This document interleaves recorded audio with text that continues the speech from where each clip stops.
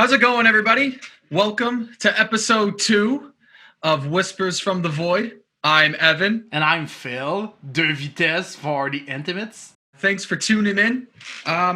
We have another busy little episode for you. We're going to talk a little bit about, our musical backgrounds, kind of like what we've grown up into.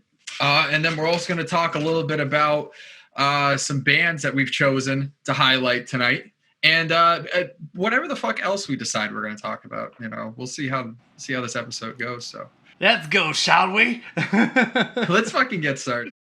Start with beers. I gotta fucking finish this real quick. What is that beer? Because this one's for my buddy Steph Dells out there. Oh, Pumpkin King has risen again. So this took me a little bit, but we were thinking about upbringings and how we all got started. So I picked a beer that I started with when I really started to get into craft beers and drinking. Shipyard Brewing Company, the Pumpkinhead, 4.5 alcohol, nothing too crazy. Nice seasonal little brew here. Nice. Some people don't like it simply because it's got pumpkin in it. I say nay to those people. Hashtag Steph Del. Steph. We got a friend who very much against the whole pumpkin ingredient in beer, period. He's just all about how it doesn't go well. He's never had a good one. We bullied him so much to the point where now he's trying to brew one that tastes good. We're gonna see what happens. I won't be able to taste it, unfortunately. I think because I'm here and Yeah, maybe you won't be able to ship it. Yeah, maybe he'll be able to ship it, dude. Yeah, but I want you to have some beer, and if the border opens one day, maybe this year or next year, you will have some beer or whatnot, some Christmas beer. Because if it's open like next year, we will have some Christmas beer. I'm looking forward to that, honestly. Yeah, Christmas beer is like the Halloween beer. For one reason, because it's spicy. It's made with spice. It's like what I read about Christmas beer. It was like a mashup of multiple beers, of like some rest of multiple beers, and they were making a beer with that. It's pretty complicated, the story of Christmas beer. Like, go check some Christmas beer, not on Wikipedia, but just check. And I have this channel just to make some advertisement for this guy. He's a French guy. He doesn't do a lot of stuff in English, but if you want to learn some French and you want to learn it with good subject like beer, go check out Une Bière et Jivay. I will put the link of the YouTube channel, and he's a good guy, and all of my learnings of beer, I got it from him. So yeah. So if you want to learn French, go see his channel. So yeah. I will go with mine. It's called the Smithville. It's a black IPA from La Souche in Quebec City. I love me my black IPAs, dude. Black IPA. Like, I was like, it's fall. I want to have something not too hazy. Even if I love haziness, I want something like more stronger. So I was like, okay, let's go with the Smith. And it's not a beer that defines my youth. When I was younger, like the first beer, and I hated it, was a Beck. The Beck beer. I hated the Beck beer. Like, it was the first beer that I've tasted, and I was like, dude, that's so disgusting. Mm-hmm. Like, so disgusting. And I think the first beer that I've tasted and it was good, it was an apple beer. It was the FMI from Unibrew, which is a great company, like a big company in Quebec, but not type of Budweiser and Molson and stuff. It was more on the craft oriented, but it's a big company, very big. I think my first beer that I ever tasted was like one of my dad's Bud Light Platinums, and they were fucking terrible. I absolutely hated it, and I was about ready to swear beer off for good. And then I decided, hey, I'm gonna try some whiskey, and well, me and liquor don't go together. We're like two, fucking forces fighting each other. So I had to learn the hard way that I can't do that shit. So then that's when I started drinking stuff like this. My mom came home with a pack.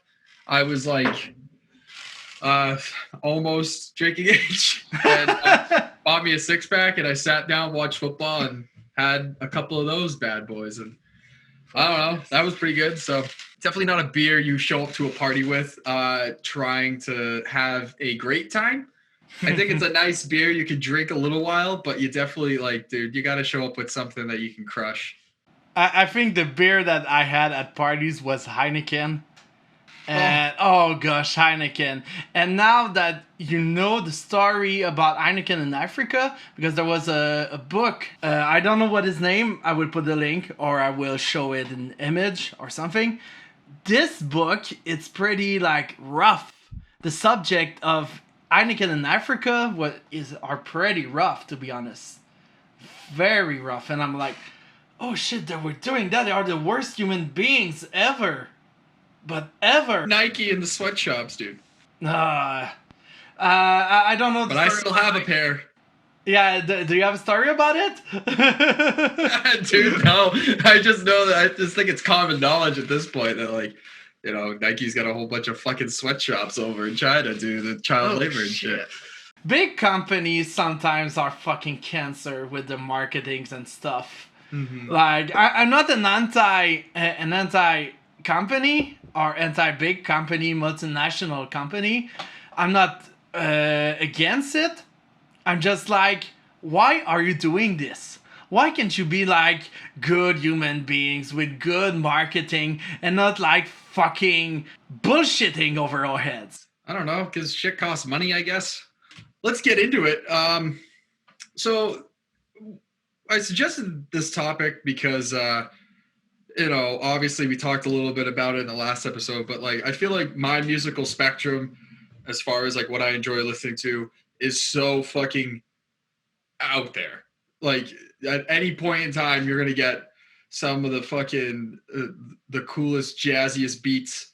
But then on the other hand, if you really shuffle play on my stuff, you're gonna get you might get some grindcore. You might get just straight up, the brutal death metal.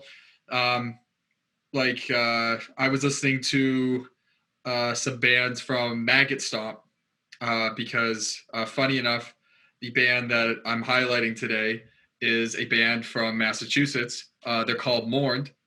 They're from Weymouth, I believe. I don't know. I'm assuming that they're still on Maggot Stomp. Maggot Stomp Records, for those of you that don't know, very great place to find very brutal death metal. That label does it very, very well. They have a whole bunch of, I think Church of Disgust, who was just on their label. I believe they just went to, oh God, what is it? Horror, Death, something. I think they just went to another label, if I'm not mistaken. Okay. But they're very fucking good. And I was rocking their stuff. They had a new small little 2-song EP out called Devoured Humanity. Before that was another EP called Rift Ripper, and before that was Parasites. 2019, 2017, and 2016 respectively. Of course, I will check this out. And if we go in some shout-out band, because I thought we were doing at the last, but just do it right now. So I will go with a Massachusetts band also, and it's called Scaphism. I heard about them because of the drummer of Cruel Fate, Simon. Shout out Simon. And this band, he told me there's a girl screaming, and I was like, okay, is it Alyssa or is it like Arch Enemy or whatever? And when I heard this girl, I was like, I want to marry her so bad. That put in a good word for you.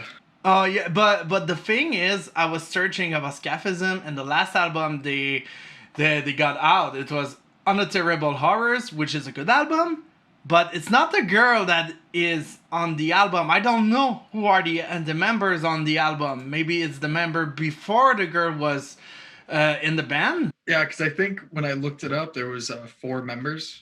Yeah, they are 4 member. I got the Metal Archives over here, and Eden Reyes, which is the vocalist now. Like the ancient the other vocalist. Okay, maybe it's Tony Jordan, which she was in X. Watch My Carcass. I don't know what is that, Ben. Maybe it's very weird. Yeah, it's a grindcore. It's grindcore. Grindcore band. Yeah, we have a very weird. Massachusetts has like a very weird scene, in my opinion. I find that there's never any like one distinctive one. I think before it was like a very heavy hardcore area, and now it's kind of like it's a splinter of just like all this craziness all over the place.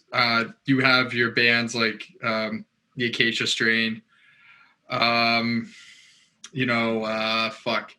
they're on the tip of my tongue there. Ice Nine Kills. They're from Swampscott. Okay. Which is more of a very, I would say, more of a mainstream metal band. You'll hear them on like a couple radios here and there. Not that they're, not that it's not good. It's just it's not on that extreme side of everything else. It's a bit the same thing with on my side, because in Quebec City we got a very weird scene too. Like there is a lot of metalcore bands, but we have some slam band like Necrotic Gorbies that I talked about like last episode, and yeah, we got some death metal bands like The Flaying. In Quebec City, it's very weird too. No, we don't have a lot of known bands, but we have some. Yeah, we have some like more metalcore side. Yeah, I would say where we come from are very similar in that aspect, where it's you have a kind of scattered few that have made it out of the bunch, but very rarely are you going to find a place like Montreal in Canada, or like Texas right now. Texas has they're like a mecca for just fucking all these really good bands that are just coming out. You have some trash metal band or trash punk like Power Trip. Rest in Power, Rowdy Gale. It's in Power, Rowdy Gale. You have some instrumental stuff like Polyphia.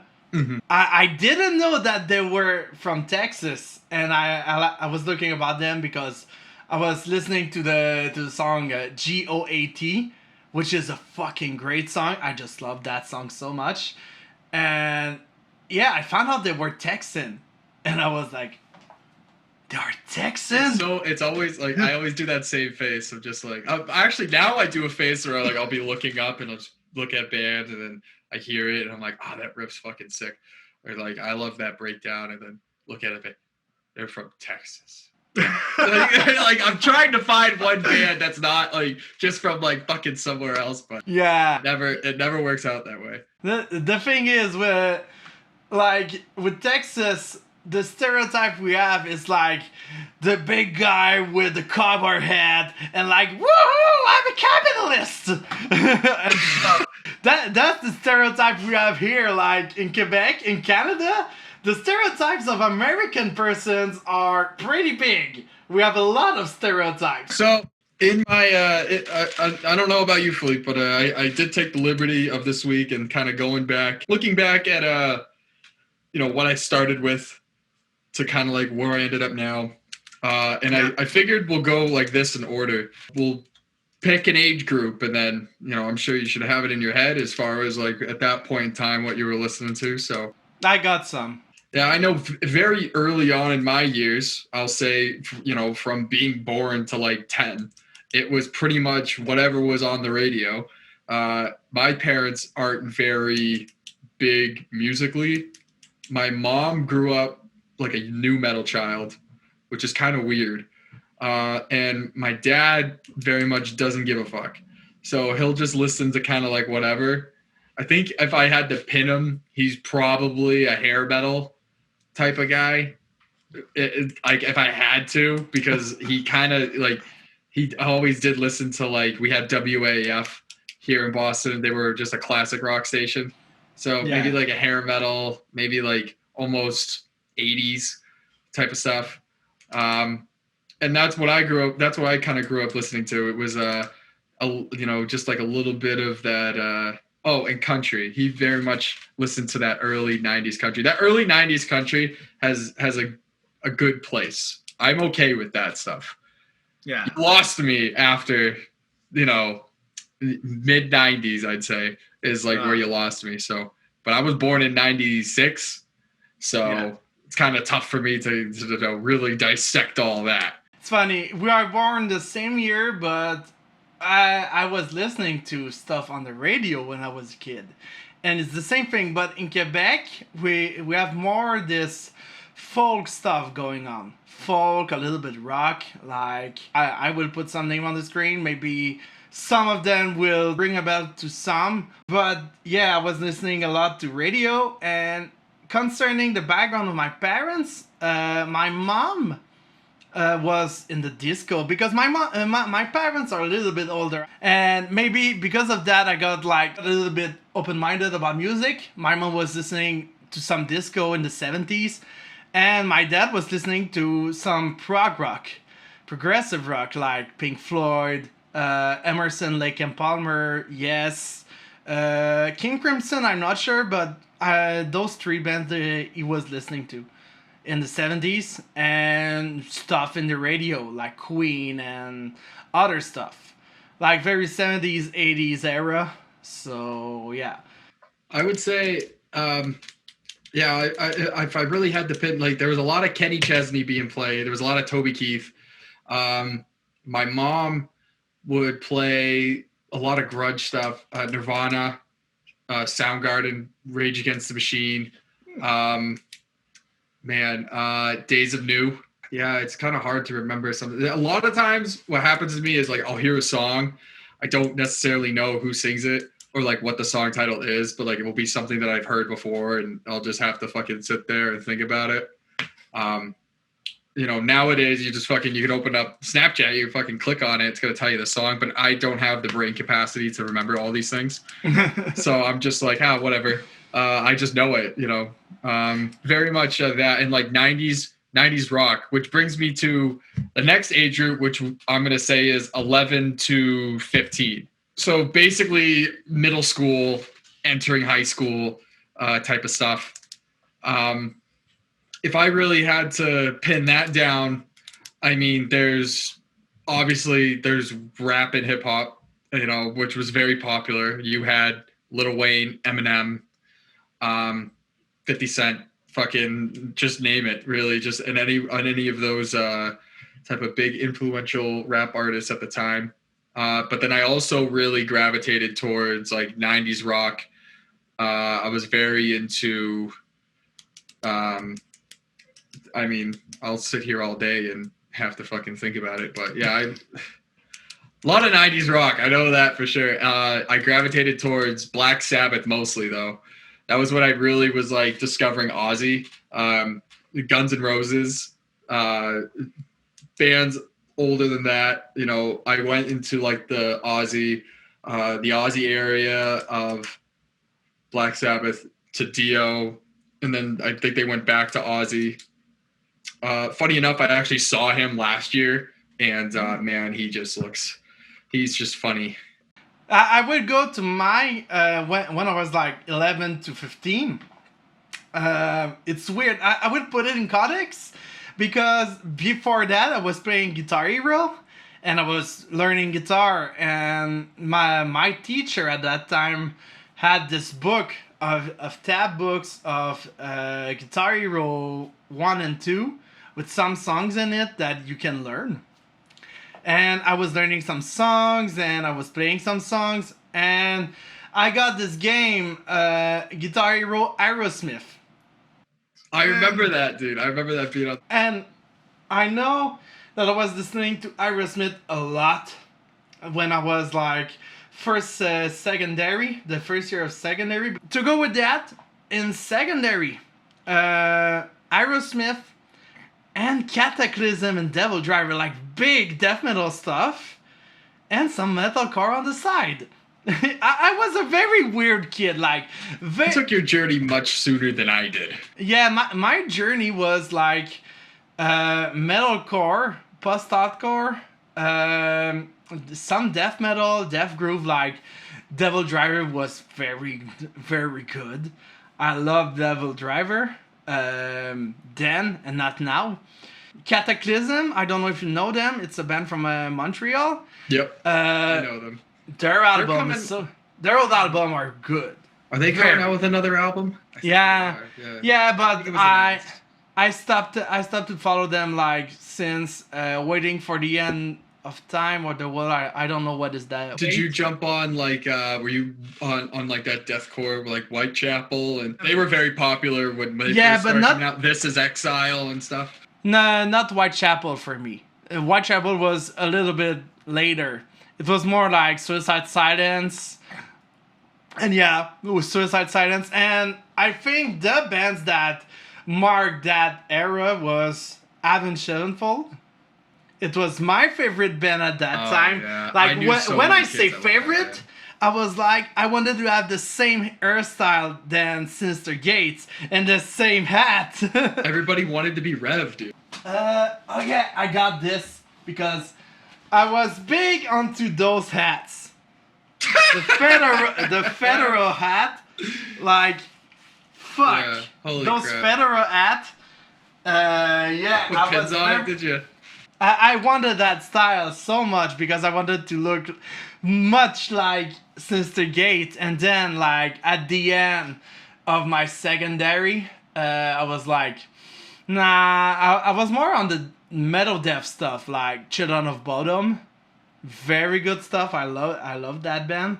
Yeah, so what was it? After 11 and 15, we're going to go 16 to 20. So basically, you know, much closer to kind of where we've ended up now. This was a big time for me. I went through a lot of, I don't know, personal battles, I guess, mentally. So this is where like everything started to kind of open up. I discovered the first real heavy band I discovered was Lamb of God. I found Lamb of God one day. At the time, I think it was Unstone would have come out. I think that was 2015. So it's still a little much. Yeah, I can't quite remember.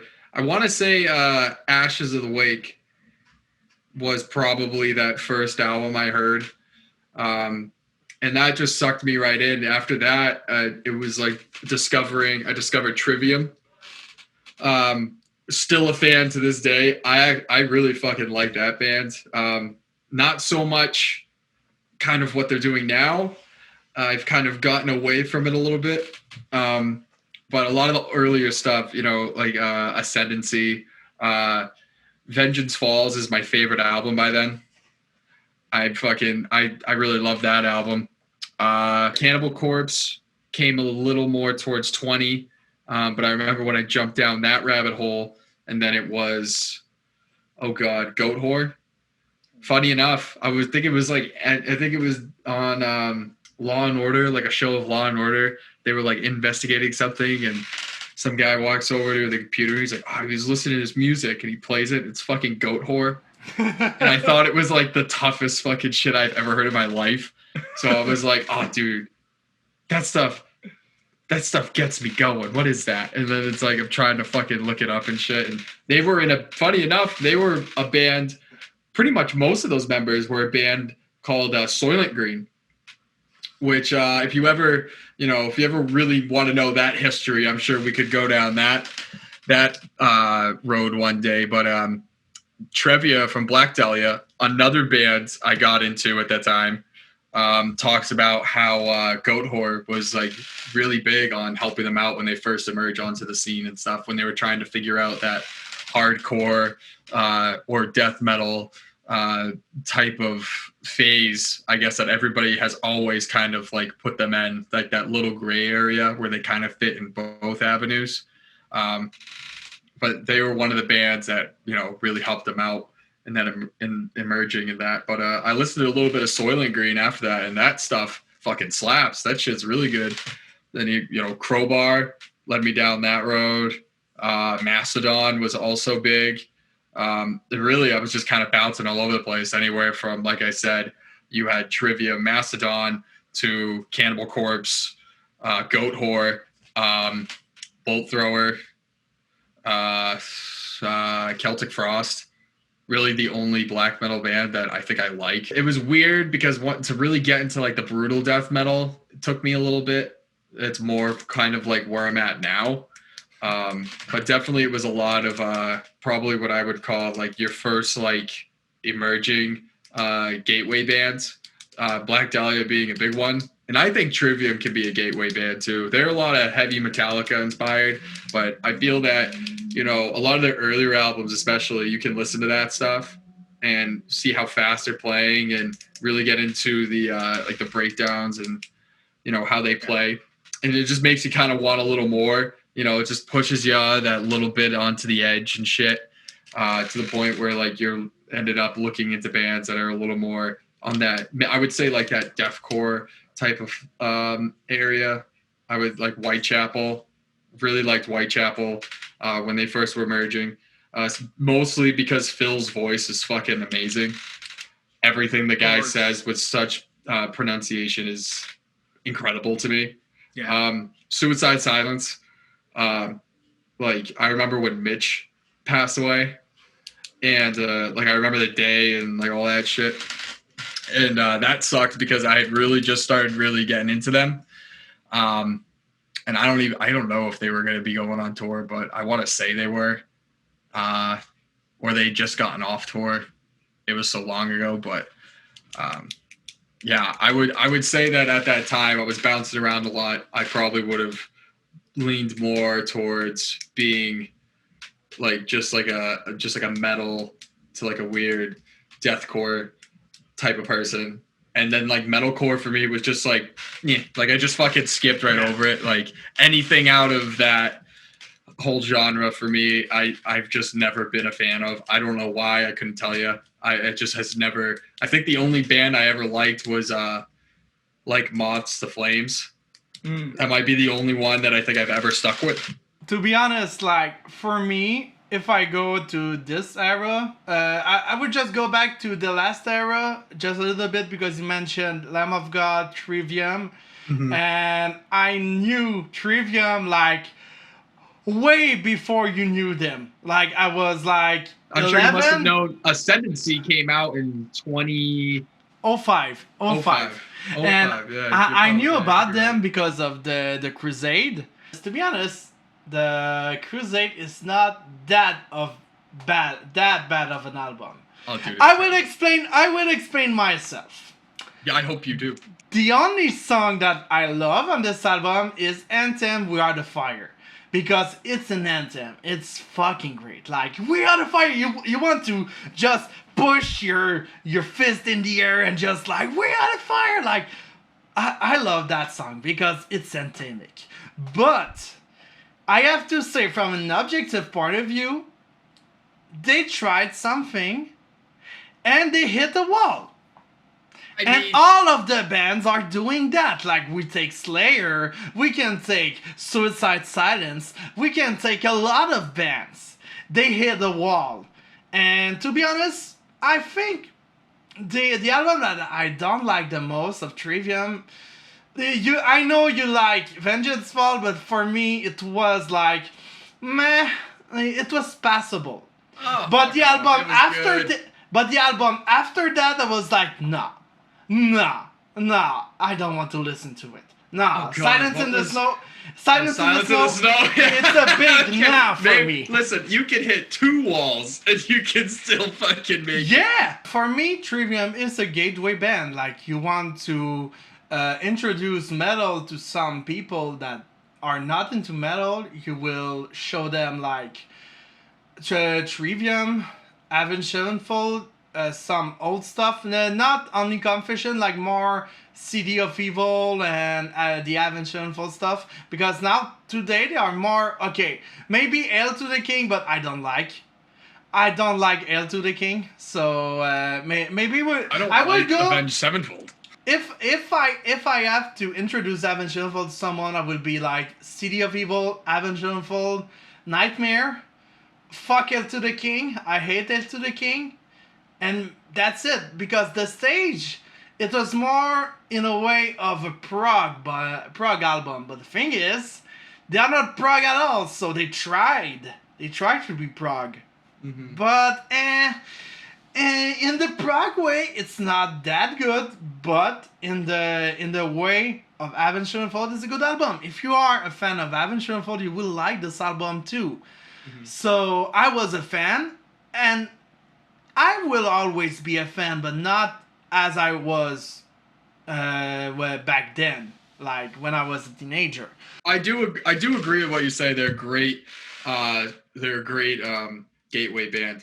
Them and Mastodon, I think Mastodon's a fucking fantastic band to like if you have somebody who's like, looking for something, like Now, yes. looking for music, definitely show them Mastodon because Mastodon just has the era of now, yes, like since The Hunter, it's a good gateway band, but if you go before that, I liked what was it, Remissions? I liked Remission is pretty good, but you don't show that to a newbie. You don't show that to a newbie because it's pretty heavy. It's pretty tough. They did. And they if did you go, even with Leviathan, even with Blood Mountain was not the album that I liked the most because it was fucked up. But then it's like a wine. It aged well. What is it? Crack the Sky? Crack the Sky is my favorite. For me, it's the best album because their topic, it's pretty cool, but the thing is... Their story and topic is ridiculous. But I will be honest, and I will talk about Mastodon because I like them, but there's something that I hate about them, it's the gimmick of always talking about death. They're not changing the subject. Every album, they are talking about death. Every time. Like, Crack the Sky, the first... It was an homage of the sister of Bran Daler, Sky Daler, because Crack the Sky.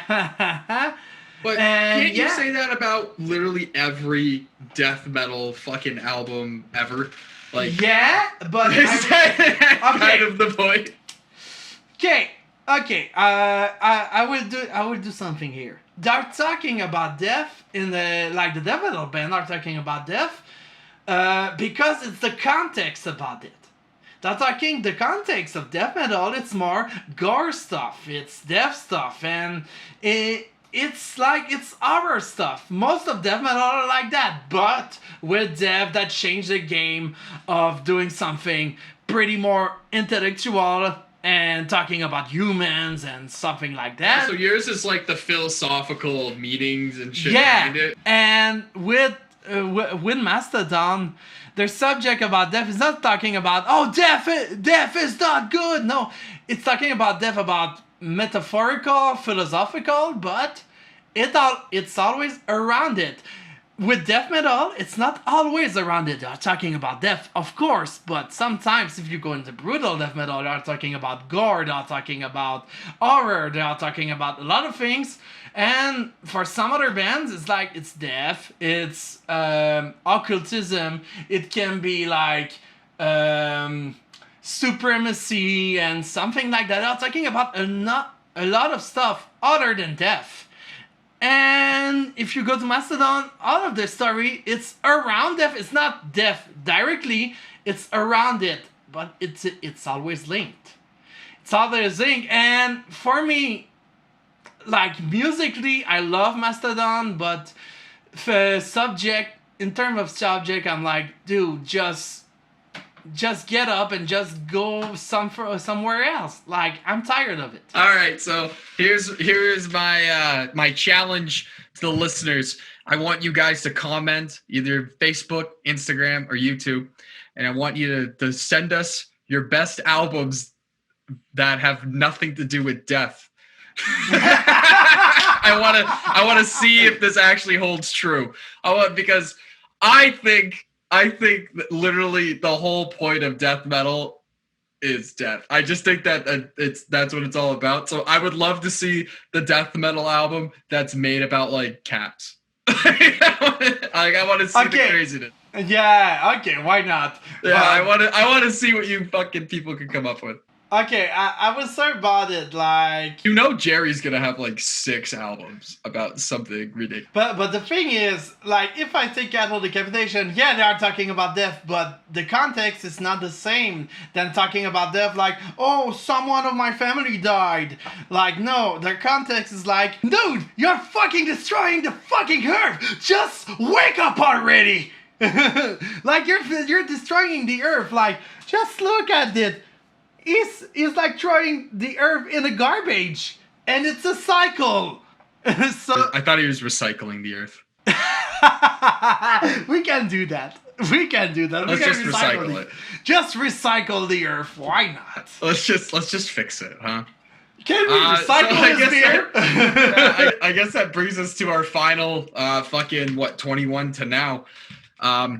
Man, dude, what a journey. It's fucking all, whatever the brutalest fucking shit you can find out there. Signs of the Swarm was a pretty early one that I loved. Lorona Shore.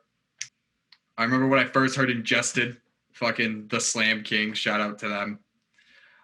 Their fucking album, Where Only Gods May Tread. You ever have that fucking feeling where you get the goosebumps when you listen to an album? Yeah. An ear orgasm? I have about 6 when I listen to that album, so I need to sit down on the couch behind me and just like be still and just fucking have a moment to myself. It's a great album to have that.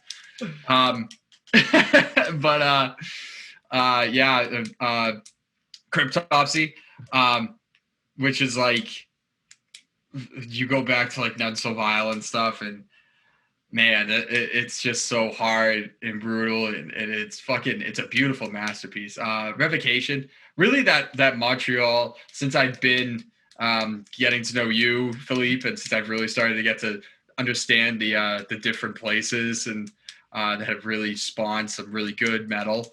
Montreal has probably, if not the best, one of the best for sure. Like they just have, they're just a mecca of fucking amazing bands and beautiful albums and Montreal's awesome shit, dude. Montreal is fucking good in their for starting bands. I think in Quebec, the people in Quebec are like underrating the fact that Quebec's have great bands. Like if we go with Voivod is pretty good. It's pretty great, and it's one of the first band that got this international recognition. So yeah, it's one of the first. If I go with my journey, with the end of my journey, not the end, but like the 21 to now, I would go to 20 because I didn't talk about like the end of my secondary. I was listening to, again, Children of Bodom, but yeah, I discovered other scenes, and I discovered this prog scene.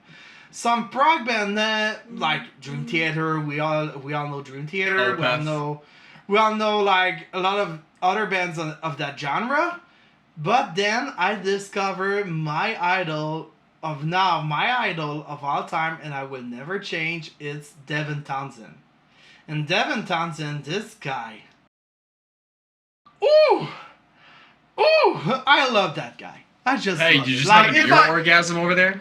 It was an orgasm, yeah. It was an orgasm because the first album I bought... We are an orgasm-friendly podcast, so you guys know. Feel free. Join in on the fun. But yeah, I go with Devin Townsend like for my discovery of a lot of bands because Devin Townsend is playing a lot of style. First album I heard about him, it was I heard the stuff of Strapping on Lad and other, but the first album it was Deconstruction from Devin Townsend Project, which was the third album of the project era of Devin Townsend. Oh boy, I wasn't ready. I wasn't ready of that album. But We're just that a young album- boy.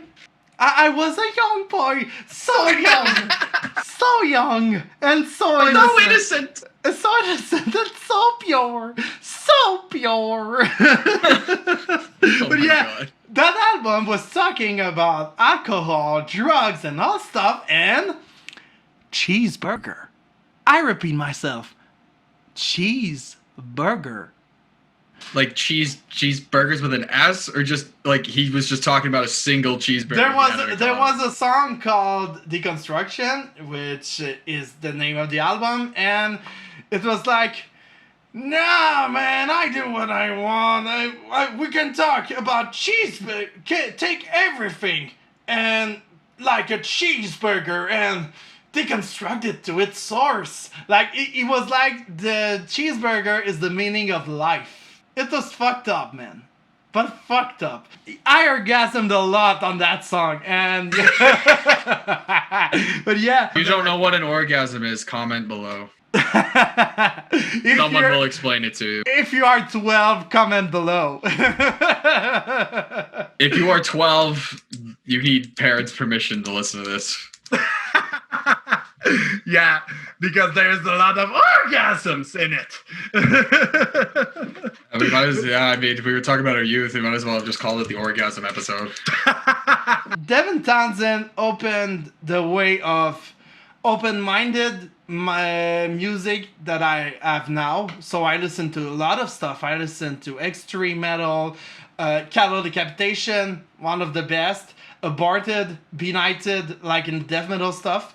And I listen to old prog music, like Yes, like King Crimson, Pink Floyd.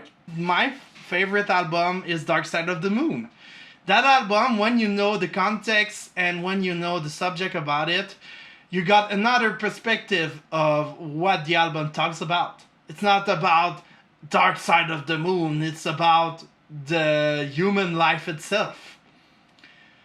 But yeah, I could do an episode, a 1 hour episode of that album because it's so fucked up and so magical at the same time. And I'm sure we'll have all sorts of fucking time. I guess like you, I'm all over the place. I love my oldies, dude. I love Frank Sinatra, Rat Pack, Dean Martin. Bring it all day, baby. All day. I'll listen to that shit. I do like EDM. I do like the dubstep. Definitely that large spectrum of stuff.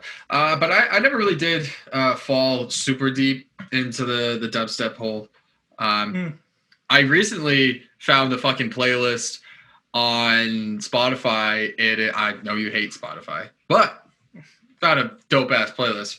70s classic rock, man. Just put that shit on while you work.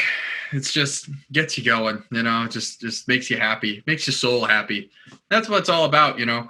Depends on what I need that day, you know. Maybe I'll throw on, you know, I like Logic. I'll throw on some Logic if I need some soul searching or something.